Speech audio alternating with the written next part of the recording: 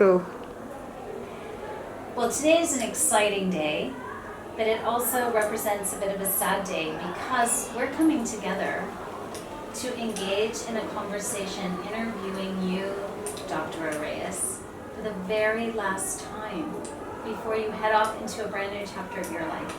So it's exciting, but it's also sad for our community. My first question for you is all about those first days of landing at AISL. What is your earliest memory of leading here at AISL?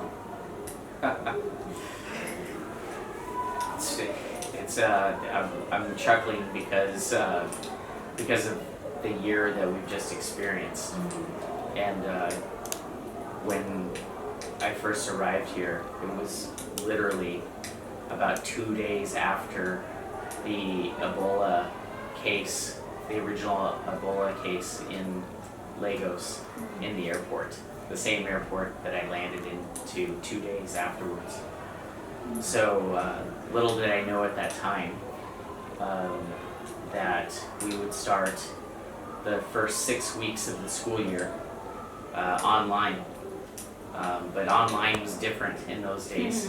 We were using a program, Edline, instead, and we were sending home packets of work to kids.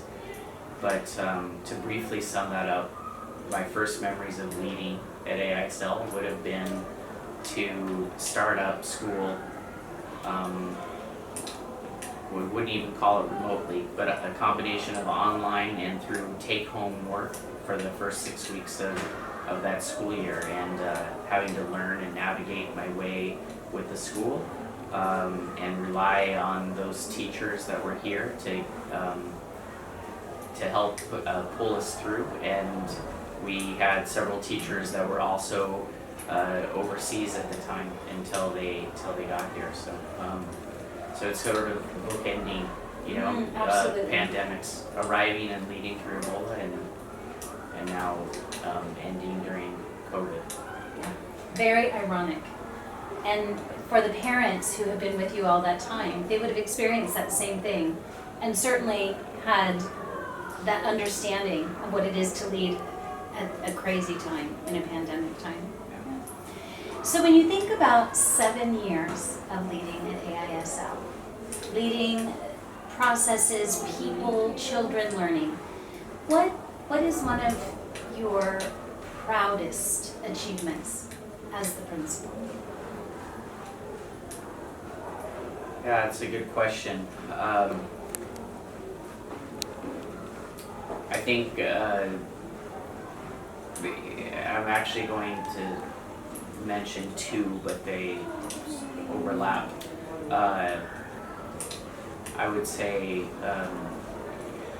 I'm proud of making the elementary school a bit more student-centered,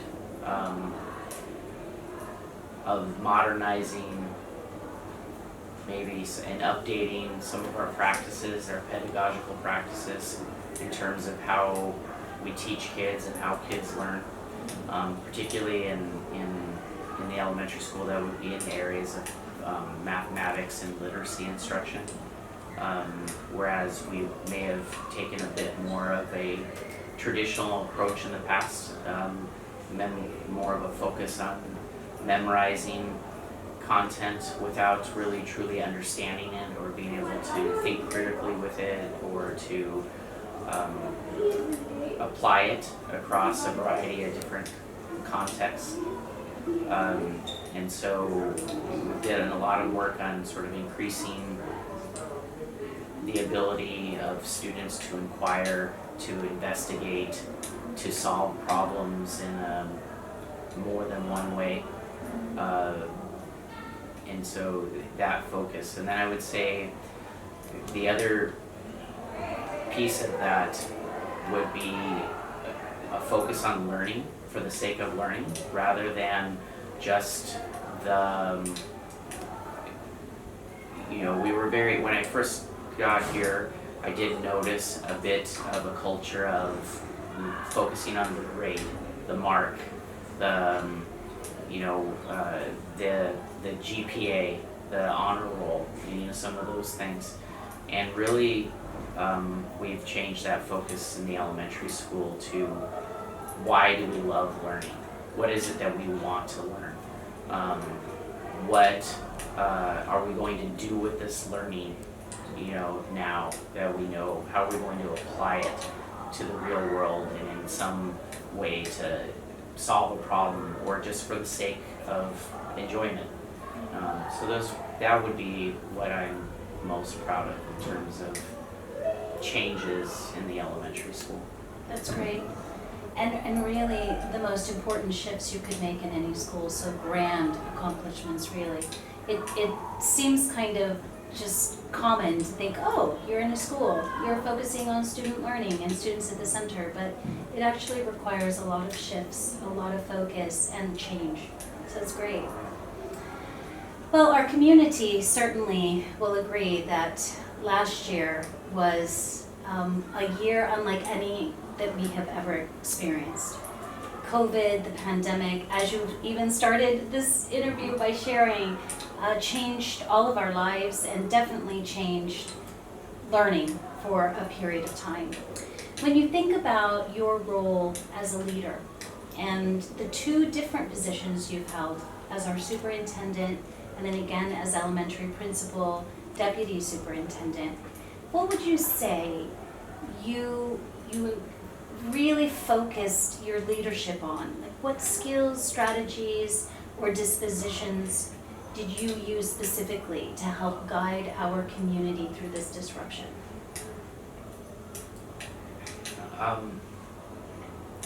That's a great question, and one that could probably be unpacked for several hours. So, I will say what I relied on most, though, in this last 18 months, 2 years, but 18 months specifically, was being okay with knowing that I didn't know everything. So, really relying on other people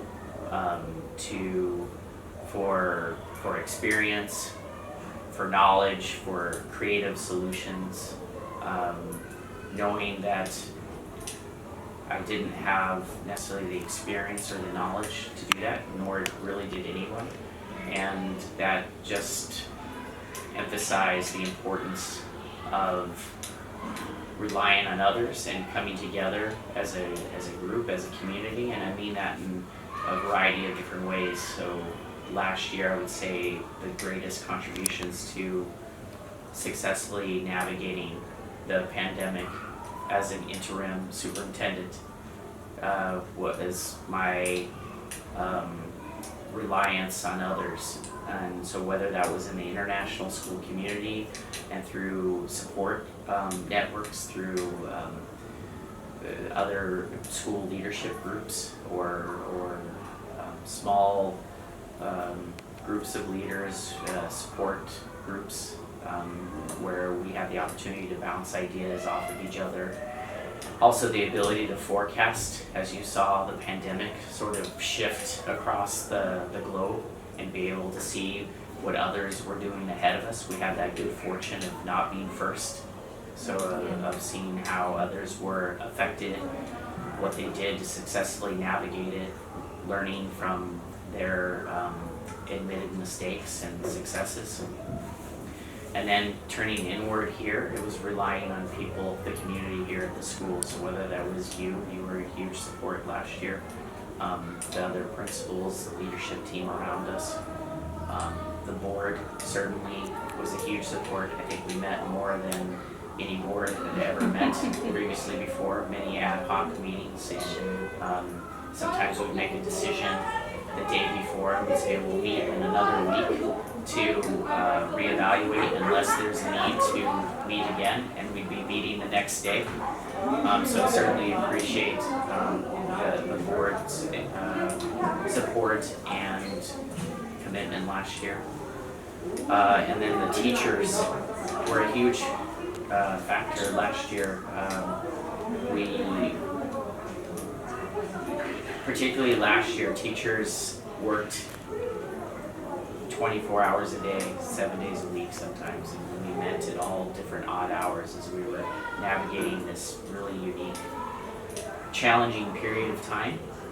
And so relying on the expertise, the experience of others, the creativity, the ability to come together and say we all didn't know what exactly we were doing, but sharing ideas and just working through and adapting as we could. I really, so to sum it up, it was my ability to rely and work with others and collaborate that helped me last year navigate this really interesting time. Yeah. And I appreciate having been part of that and sharing that with you, because I think the strength that you pull out right now is actually what the whole community saw and could stand on, that sense of just being connected and being a human and the leader at the same time, learning and moving us all along. So thank you for that.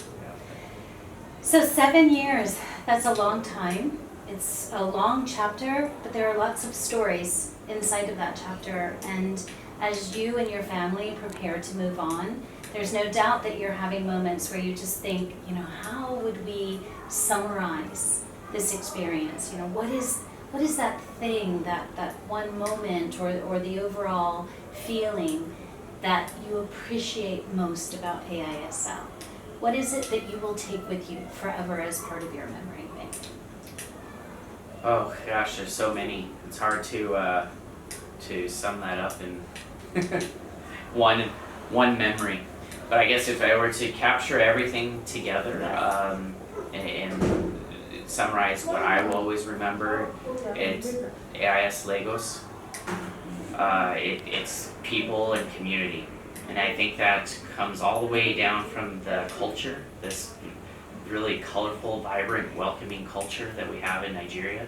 In Lagos, that expression of you are welcome. Everyone really is welcome here. And so I will always remember feeling welcome, feeling part of a community. And of course I'll remember all those events that sort of tie that feeling together, whether it's Nigerian Culture Day or International Day, our Monday morning assemblies, or our farewells to our Eagles at the end of each semester and year. I'll remember the school song and in a lot of those events and how that ties our community together. But again, it's the tight-knit community, the family. It's when AIS Lagos says we are a family, that's not just a cliche statement. It's really the truth. And so I will miss my family, my family of Eagles, but they'll always be in my memories and in my heart for sure. This is that time where you have to wipe the tear from that, right? I just want to be able to, in this opportunity, in this moment, with our community watching, say thank you to you. Thank you for all that you have done for this community, the connections you've made, because everything that you just share, I think our whole family watching can also say about you, that you are an important member, a critical member during the tough times, but also during the fun times. And you will be forever remembered and forever missed. So thank you for all you've done, Dr. Areias. And thank you for joining us as we, together as a family, send you and your immediate family off to brand new adventures. Thank you. Thank you to all of you, parents, colleagues, and students. You're very special to me. And I thank you for all the support over the years and for your contributions to the school, and just thank you. Thank you for joining. Thank you, Dr. Areias. Yeah.